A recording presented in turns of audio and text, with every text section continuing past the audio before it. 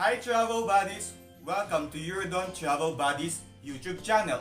I am ALEGRE, your food travel in this video. Today's video is about fasting and abstinence in Lent season.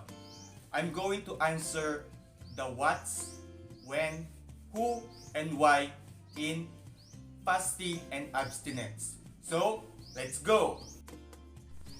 First, what is fasting and what is abstinence? What is fasting? Fasting is a form of penance that imposes limits on the kind of quantity of food or drink that we intake. What is abstinence? Abstinence refers to refraining from certain kinds of food or drink we intake. Ang difference ng fasting and abstinence is that fasting is limiting the food we intake, while abstinence is refraining certain food or drink we intake.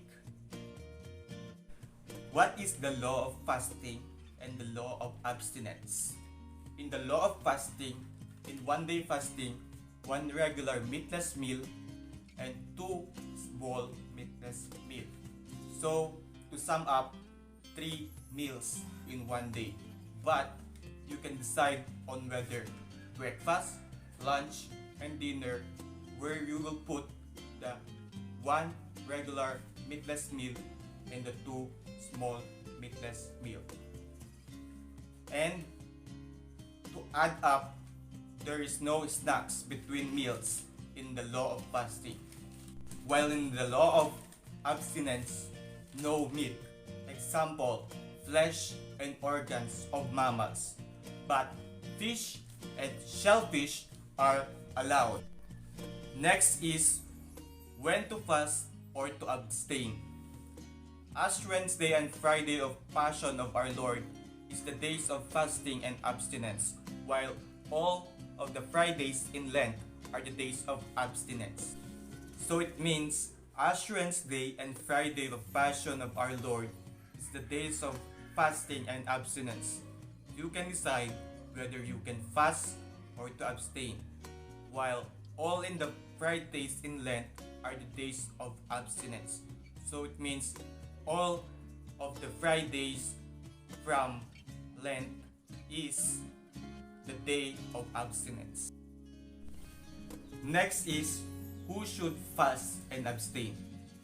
Catholics who are 14 years old and above or until death are bound to practice the law of abstinence, while Catholics who are 18 to 59 years old are bound to practice the law of fasting. So it means Catholics under the age of 14 and until death can abstain, while Catholics who are under 18 to 59 years old is bound to practice, or it is recommended that you can fast. Next is who are exempted from fasting or abstinence. First, those who are outside the age limits, under 13 years old below. Second, the sick and the infirm, who cannot fast without positive injury to their health.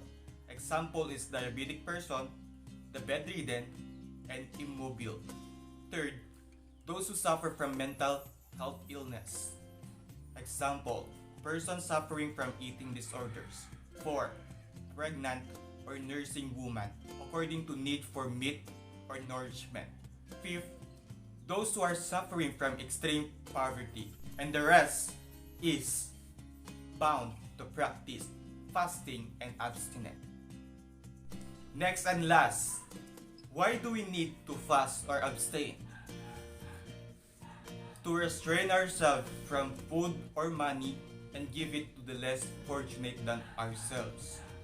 And taming our body so that we can concentrate on higher things and reflect.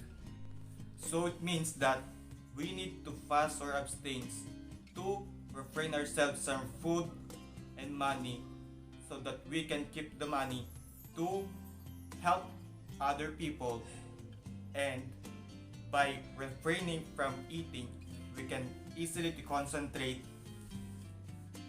on higher things and we can reflect and pray. So that's all about fasting and abstinence. To support our YouTube channel, subscribe to Euridon Travel Buddies and like this video for more updates to come.